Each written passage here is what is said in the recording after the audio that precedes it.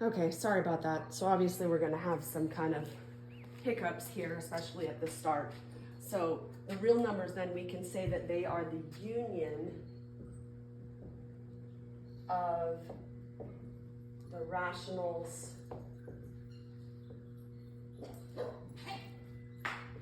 and irrationals.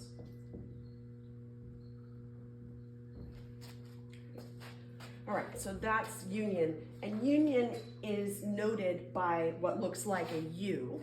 Okay. So the other, when we talk about union, the other thing that goes right along with it is the intersection, and that doesn't really apply to what we're going with here, but the intersection, which looks like the upside down U, means all the numbers in common to both sets. So just like the word intersection means like the coming together of two roads, so the intersection is going to be all of the numbers that are in common to both sets. And sometimes there might not be anything in the intersection. They might not have an overlap, but that's what we're looking there for. Intersection means looking at an overlap. And we'll talk about that a little bit more in a minute here, okay? So now let me see if I can erase this board, and then we'll continue on here.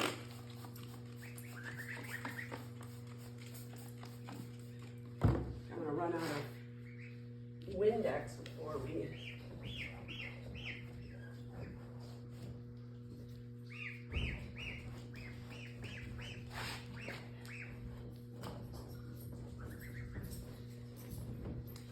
maybe it's the black pen. Maybe we shouldn't be using the black pen. We'll play it by ear, see how this goes.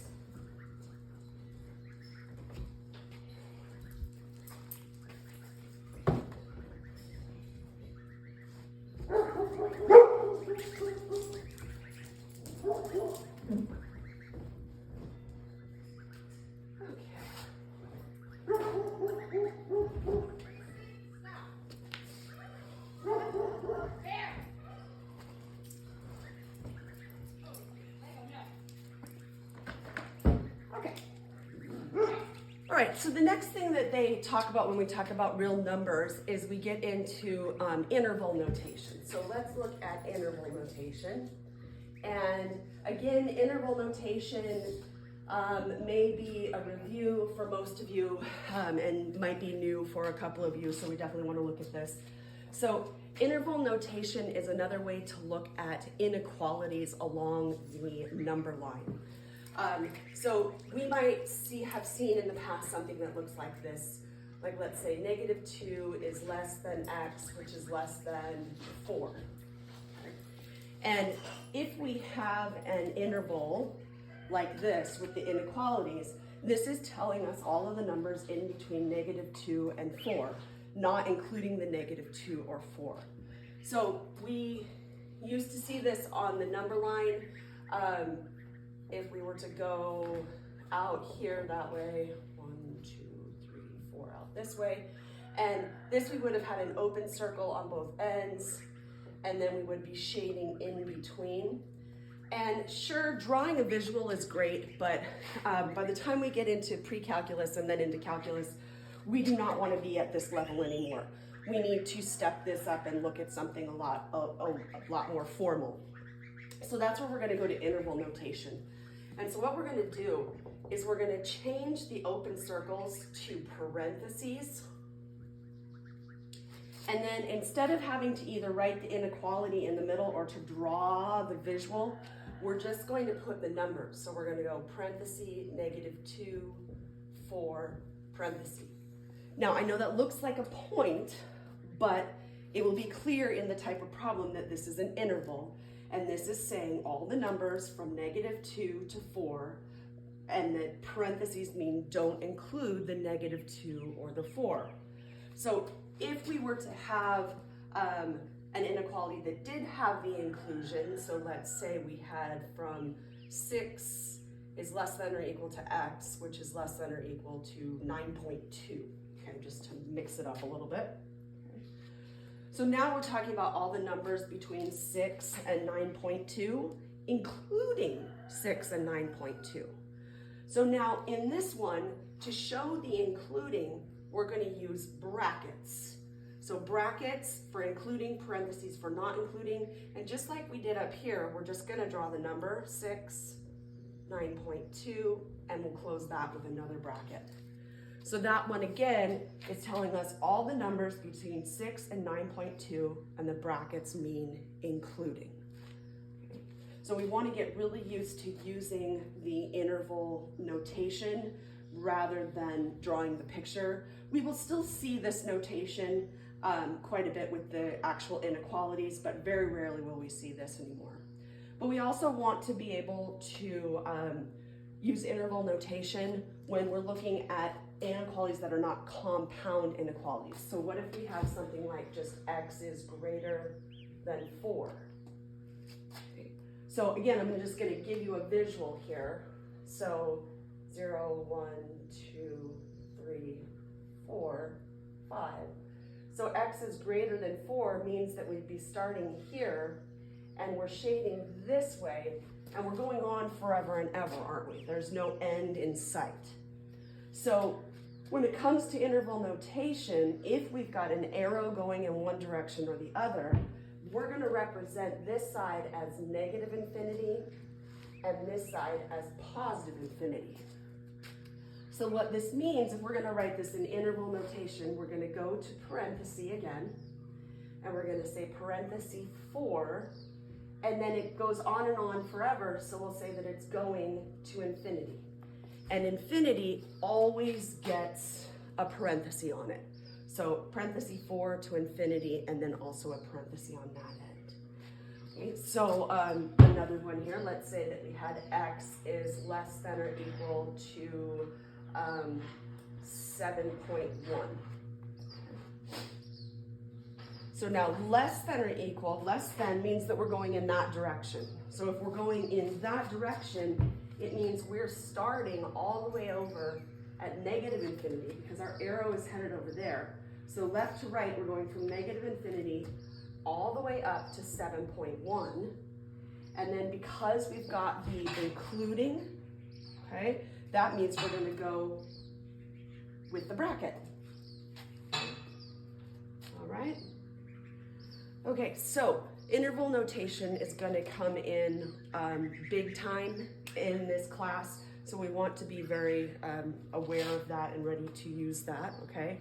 And then, let's see, I think that that's it for like the sets of real numbers. So again, just looking at what type of numbers we have. So again, this first one, the number's -2, well, the number -2, this could be considered an integer, but it's not a whole number. 4 is an integer, but it's also a whole number. It's also a rational number. So these different numbers, they fall into different sets, but all of the numbers that we have on the board here combine together and are part of the real number system. Okay, so let's move on to the Cartesian coordinate plane. Oh yeah, okay, so the green is definitely easier to erase.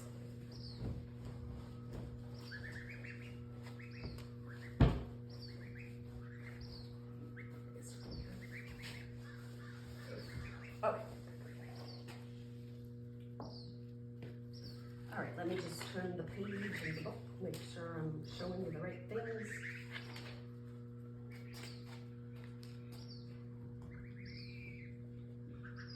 So the Cartesian coordinate plane is the fancy name for the XY graph. Coordinate plane. Fancy name for our XY graph. XY graph is easier to write down, easier to say, so most people just call it the XY graph. But it was named after René Descartes. And Descartes is one of the fathers of algebra, so lots of things are named after Descartes when it comes to algebra and pre-calculus. And so he gets his name on this one, the Cartesian coordinate plane. So hopefully a graph that you have all seen. Just some words that we want to put on here so that we understand what we're looking at. The point where the x and the y-axis come together is called the origin. The origin, we have 4 quadrants.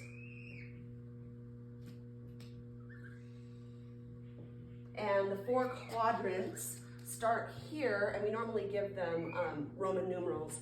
So this is the first quadrant. Then we go counterclockwise. This is the second quadrant, the third quadrant, and the fourth quadrant. And we go counterclockwise for the trigonometry people because that's the way they measure angles. So that's the reason for doing it. It's not an algebra thing, it's a trigonometry thing. But those are our 4 quadrants. And then the hope is that you remember how points go on the graph. So like for the origin here, this is the point 0, 0. Okay, so that point is 0, 0. But then we can put points on the graph with this same notation. So when we see points, they come in the form x, y, like that. So we could have something like -3, 2. Okay, -3, 2. Now remember that we're going to go x, so horizontal first, then vertical. So we would start at the origin. We're going to go -3, so that's going to put us over here. And then we're going to go up 2, so up 2. So 3, up 2, and that gives us that point there. But I could also give you another point, let's see, -1, -4, let's say. So 2 negatives on this one. So we're still gonna start at the origin, go back 1, but we're gonna go down 4. 1, 2, 3, 4. And as you notice here, I'm not being super precise. I didn't get out my ruler or anything like that. It really, in this class, it really doesn't matter. It's just the visual that we need, okay? But we're gonna be able to plot points on the graph. Now, when it comes to this, there's a lot of different reasons that we would do this. Some of them go to geometry, some of them are part of trigonometry, but as we're in pre-calculus and we're trying to prepare ourselves for calculus, all of those things are going to kind of come together. So one thing that we might, if we have 2 points on the board, one thing we might want to know is what's the distance between those 2 points? Okay? That might be something that's important for us to calculate. So we can look at distance between points. And the points we're going to label as x sub 1, y sub 1, and x sub 2, y sub 2. Okay, so x sub 1, y sub 1, so we've got this first point, and then x sub 2, y sub 2 in this second one. And if we want to find the distance, there is a nice little formula for that. Or, well, maybe it's not so nice, but we have a distance formula. So distance will be a lowercase d, and this guy is going to be a big square root. And in order to do this, we are going to take, underneath the square root, we're going to go x sub 2 minus x sub 1, and then we're going to square that. Plus, and then we'll take y sub 2 minus y sub 1, and we're going to square that. And ideally what we're doing here, let's see if I can get a different pen out. What's happening in that formula is we are creating a triangle. So very much geometric here. We're creating a right triangle, and there's our distance that we're interested in. And the way that we're going to do that is by using, or the way that we're going to find that is by using the Pythagorean theorem, which all pulled apart ends up looking like this. So that's where the distance formula comes from. So in our case, we've got our 2 points here. And honestly, it really doesn't matter which one's the sub 1s and the sub 2s. If you flip them around, it's not going to make any difference. But if we plug in, we're going to take x sub 2, so we could start with -1 minus x sub 1, which is a -3. So a bunch of negatives going on in that problem, or in that part, square it. And then over here, we're going to go y sub 2, so -4, minus y sub 1, so -2, and we're going to square that. And then we will go through and simplify here. So this ends up being -1 plus 3, right? Plus 3. So that's going to put us at 2 squared. And this one is going to be -4 minus 2, -6, and then we'll square that. So we end up with 4 plus 36, which would be the square root of 40. And the square root of 40, oh, now this is again a review of some algebra skills. If we write that as the square root of 4 times 10, this can be written as 2 square roots of 10, right? Square root of 4 is 2, but leave the 10 in, so 2 square roots of 10.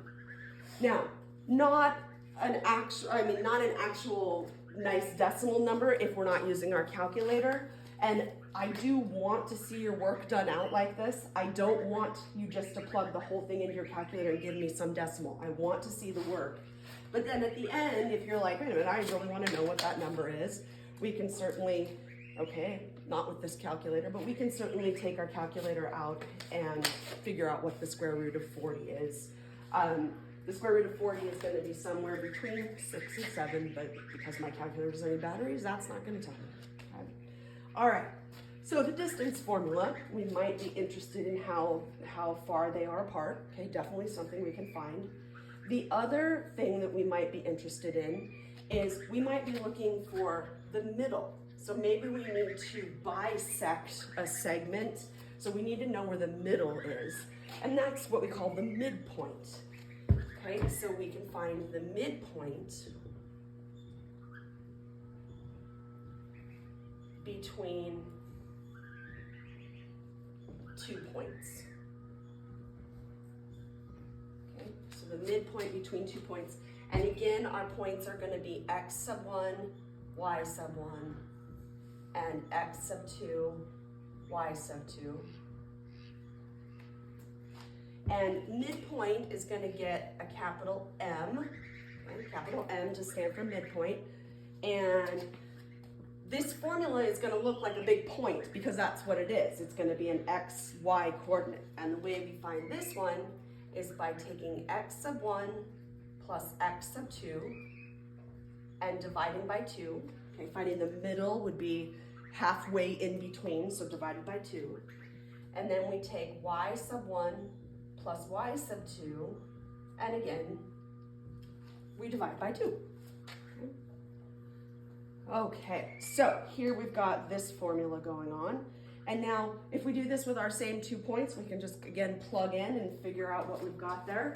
So if we're doing this, our midpoint, we're gonna add our 2x values. So we're gonna go -3 plus -1 and divide by 2. And then we're going to go we're going to add our y values, 2 plus -4 and divide by 2. Okay, so here we've got -3 minus 1 more, so -4 over 2 would be -2, right? -4 over 2.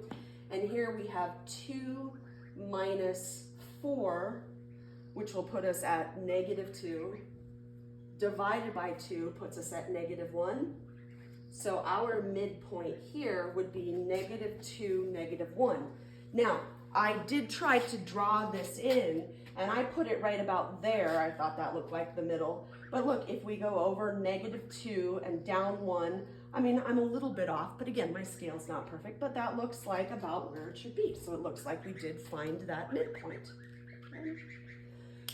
Okay, so as we're getting into this, again, some of this might be review, but the reason for doing this is so that as we go into get further into the calculus that you're gonna do next semester, these things are firm in your mind. And if you have to find the distance, you know the distance formula, you've practiced it. Now, in our class, since everything's gonna be online, you don't need to have these memorized. And so honestly, what I would do is I would take like a page or the front of your notebook or something, and I would start making a list of all of the formulas. So the distance formula, the midpoint formula, you know, we're gonna see the quadratic formula, a bunch of different formulas and things that that you're going to use on tests. Now your test is online, so if you have that like formula sheet next to you when you're asked to do one of these problems, you don't have to search through your notes. You can be like, oh, wait a minute, I've got that formula sheet. I can find the midpoint for her real quick.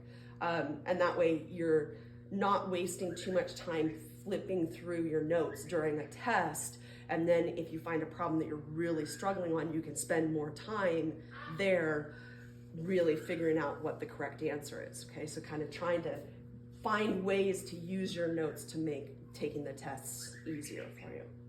Okay, so that's it for this first section, 1.1. So again, you're dealing with the numbers and then the graph with the distance and midpoint formulas. So you have a look through those. Even if it's a review, still kind of have a look at the problem just to make sure you do kind of remember things, practice a couple times. And then we'll come back with 1.2. Okay, sound good? Alrighty, have a good day.